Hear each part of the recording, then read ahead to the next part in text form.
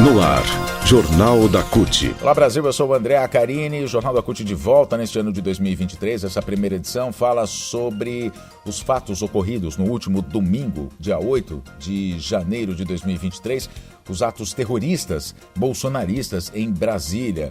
CUT defende democracia e exige punição exemplar desses terroristas, e você vai saber outras notícias, um balanço do que foi o último domingo. A partir de agora aqui no Jornal da CUT. Rádio CUT. Aqui, a classe trabalhadora tem voz. Acesse pelo site www.cut.org.br. Bom, em um domingo, dia 1º de janeiro, a festa da democracia em Brasília, com milhares de pessoas acompanhando a posse do governo eleito legitimamente, com o povo entregando a faixa presidencial a Luiz Inácio Lula da Silva, com a paz dando os ares dos novos tempos. Esse foi o cenário do dia 1º. Porém, 7 dias depois, no dia 8, neste domingo, as cenas na capital federal foram outras, com vândalos, terroristas, uma multidão que não representa a classe trabalhadora, bolsonaristas, não fazem parte da sociedade civilizada brasileira, atacando de forma violenta, cruel, selvagem, criminosa os símbolos da democracia no país. A Praça dos Três Poderes virou uma zona de arrastão de uma pequena parte dessa elite ensandecida e irracional, destruindo o Congresso Nacional, o Supremo Tribunal Federal e o Palácio do Planalto. As imagens foram amplamente divulgadas pelas redes sociais, portanto não é necessário aqui descrever o que aconteceu, inclusive com obras de arte e com o mobiliário desses prédios. Até armas do Gabinete de Segurança Institucional foram levadas pelos bolsonaristas. Crime, exatamente, será punido. No mesmo domingo, a CUT se pronunciou sobre os acontecimentos. Acompanhe a nota da Central Única dos Trabalhadores. Aspas, a Central Única dos Trabalhadores, a CUT, que sempre defendeu o direito à livre manifestação e a defesa das justas reivindicações da classe trabalhadora e de toda a sociedade brasileira, vem a público repudiar de forma veemente a ação terrorista perpetrada por bolsonaristas, vândalos e radicais que invadiram o Congresso Nacional, o Supremo Tribunal Federal e o Palácio do Planalto numa afronta à democracia e ao Estado Democrático de Direito. A CUT denuncia a omissão e a conivência do governo do Distrito Federal, dos comandantes da Polícia Militar e dos órgãos de segurança do governo distrital que, a despeito de todos os alertas de imprensa, parlamentares, órgãos de segurança nacional e do ministro da Justiça, não tomaram as medidas necessárias nem disponibilizaram os efetivos policiais suficientes para impedir que os terroristas se deslocassem dos seus acampamentos e alcançassem os seus objetivos. Na diplomação do presidente Lula, no dia 12 de dezembro, esses mesmos terroristas também vandalizaram Brasília sem que houvesse uma só prisão em flagrante ou uma ação efetiva para impedir os atos terroristas. Diante desses fatos gravíssimos, nunca vistos antes na história do Brasil, a CUT apoia integralmente o decreto do presidente Luiz Inácio Lula da Silva, que interviu nos órgãos de segurança pública do Distrito Federal. A CUT exige a apuração e a punição exemplar de todos os participantes e de todos aqueles que financiaram, convocaram e contribuíram para que essa violência contra a democracia brasileira fosse organizada e concretizada. A CUT exige também a responsabilização do governador do Distrito Federal, Ibanez Rocha, e dos comandantes da PM e dirigentes da segurança pública do governo do Distrito Federal. A CUT defende incondicionalmente a democracia e o Estado Democrático de Direito e conclama a todas as organizações do movimento sindical, sociais e da sociedade civil organizada a também defender a democracia e o respeito às regras democráticas. A CUT entende que os atos cometidos neste domingo, 8 de janeiro de 2023, são inaceitáveis e devem ter uma resposta à altura de todos aqueles que defendem a democracia. A nota é assinada, fecha aspas, a nota é assinada pela Executiva Nacional da CUT.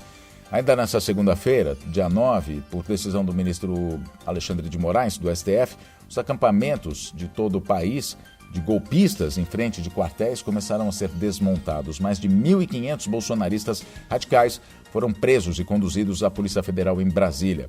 Em depoimentos, inclusive, bolsonaristas que promoveram a depredação das sedes dos três poderes em Brasília admitiram terem sido financiados por, aspas, gente do agro, conforme notícia na Globo News na manhã desta segunda-feira. Dos 204 autuados, cerca de 30 afirmaram nos depoimentos terem recebido financiamento de alguns empresários do agronegócio. Na manhã desta segunda-feira ainda, cerca de 1.500 terroristas, então, como a gente acaba de dizer, estavam sendo escoltados para a sede da Polícia Federal, onde devem passar por triagem. Ainda no domingo, ao decretar a intervenção federal na segurança pública do Distrito Federal, o presidente Luiz Inácio Lula da Silva prometeu punir os financiadores do terrorismo em Brasília. Esse anúncio foi feito na cidade de Araraquara, no interior do estado de São Paulo, cidade a 270 quilômetros da capital, onde o petista fez uma visita para acompanhar os impactos da chuva aqui na cidade, do interior paulista, na cidade de Araraquara, pela manhã, e passou a tarde assistindo pela televisão os acontecimentos em Brasília. Antes de ler o texto do decreto, Lula falou a jornalistas sobre o caso, inclusive, só para contextualizar o que aconteceu em Araraquara antes ainda do fim do ano. Uma forte chuva durante 2 dias acabou fazendo com que o asfalto cedesse em uma importante via da cidade, conhecida como a Avenida 36, a Avenida Padre Francisco Salles Culturato, que inclusive dá acesso a uma das saídas da cidade. O solo se rompeu, formando uma cratera imensa, levando 2 carros, 6 pessoas morreram, inclusive, nesse episódio, infelizmente. Bom, atos de repúdio sobre o dia 8, voltando aqui ao assunto. Diante dos atos terroristas que destruíram as sedes do Palácio do Planalto, do STF e do Congresso, no domingo, a CUT, Sindicatos e Movimentos Populares e Frentes Brasil Popular e Povo Sem Medo, decidiram apoiar atos marcados em diversas cidades do país em defesa da democracia, marcados para essa segunda-feira, ontem, em todo o país e também no exterior. Foram marcados atos em Nova York, em Paris, em Zurique, na Suíça, entre outras cidades do exterior. Ao meio-dia dessa segunda-feira, houve um ato no Largo São Francisco, na sede da Faculdade de Direito da USP. O auditório ficou lotado. Em nota divulgada ainda no domingo, o reitor Carlos Gilberto Carlotti Júnior e a vice-reitora da Universidade Maria Arminda do Nascimento Arruda destacaram que, aspas, a USP não aceita, não tolera e não admite agressões à democracia. Os arruaceiros fanáticos mancharam de vergonha a capital federal na data de hoje domingo. Entidades no mundo todo, representantes de governos estrangeiros e instituições democráticas rechaçam a baderna e se solidarizam com o nosso governo brasileiro eleito e empossado legitimamente, fecha aspas, é o que diz trecho da nota da USP. Atos foram feitos durante essa segunda-feira, principalmente no fim da tarde, em várias cidades, inclusive a cidade de São Paulo, em várias cidades do país e do exterior, como a gente disse.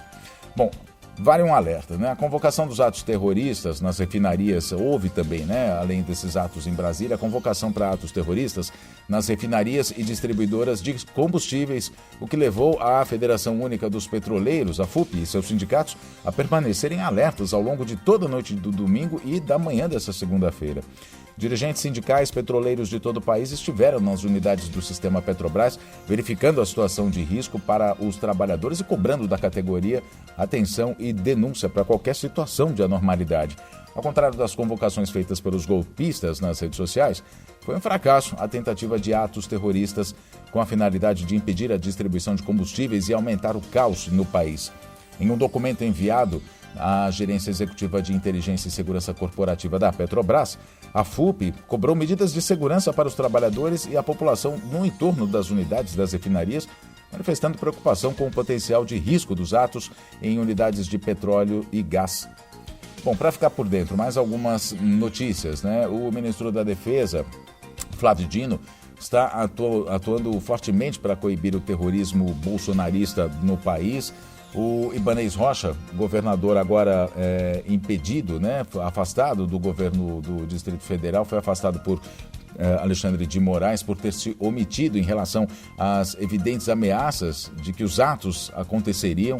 O Ministério Público Federal, a gente fala por ter se omitido em relação às evidências, porque tudo foi muito noticiado nas redes sociais e o governo do Distrito Federal, ao que avaliam as autoridades, realmente se omitiu, poderia ter impedido, inclusive essas são palavras de Flávio Dino, poderia ter impedido esse ato terrorista que aconteceu no domingo. O Ministério Público Federal está investigando se o comando da PM do Distrito Federal foi omisso durante as invasões. Muitas cenas foram mostradas de policiais, inclusive, apoiando os manifestantes. Os atos tiveram repercussão internacional. Líderes de vários países declararam apoio ao processo democrático e ao presidente Lula, blindando o presidente Lula de qualquer ataque golpista que possa acontecer no país. A ONU, inclusive, a Organização das Nações Unidas, quer uma investigação rápida e a responsabilização dos culpados no Brasil. E, enquanto isso, Ex-presidente Jair Bolsonaro nos Estados Unidos, ao mesmo tempo em que congressistas por lá pediram sua extradição ao Brasil, decidiram mandar ou pedir para que Bolsonaro saísse do país, voltasse ao Brasil, deixasse os Estados Unidos, ao mesmo tempo ele, curiosamente, teve uma crise de dores abdominais e foi internado em um hospital em Orlando. Seguimos acompanhando. Próxima edição do Jornal da CUT traz mais notícias. Muito obrigado pela sua companhia. Nos falamos então na próxima edição. Até lá.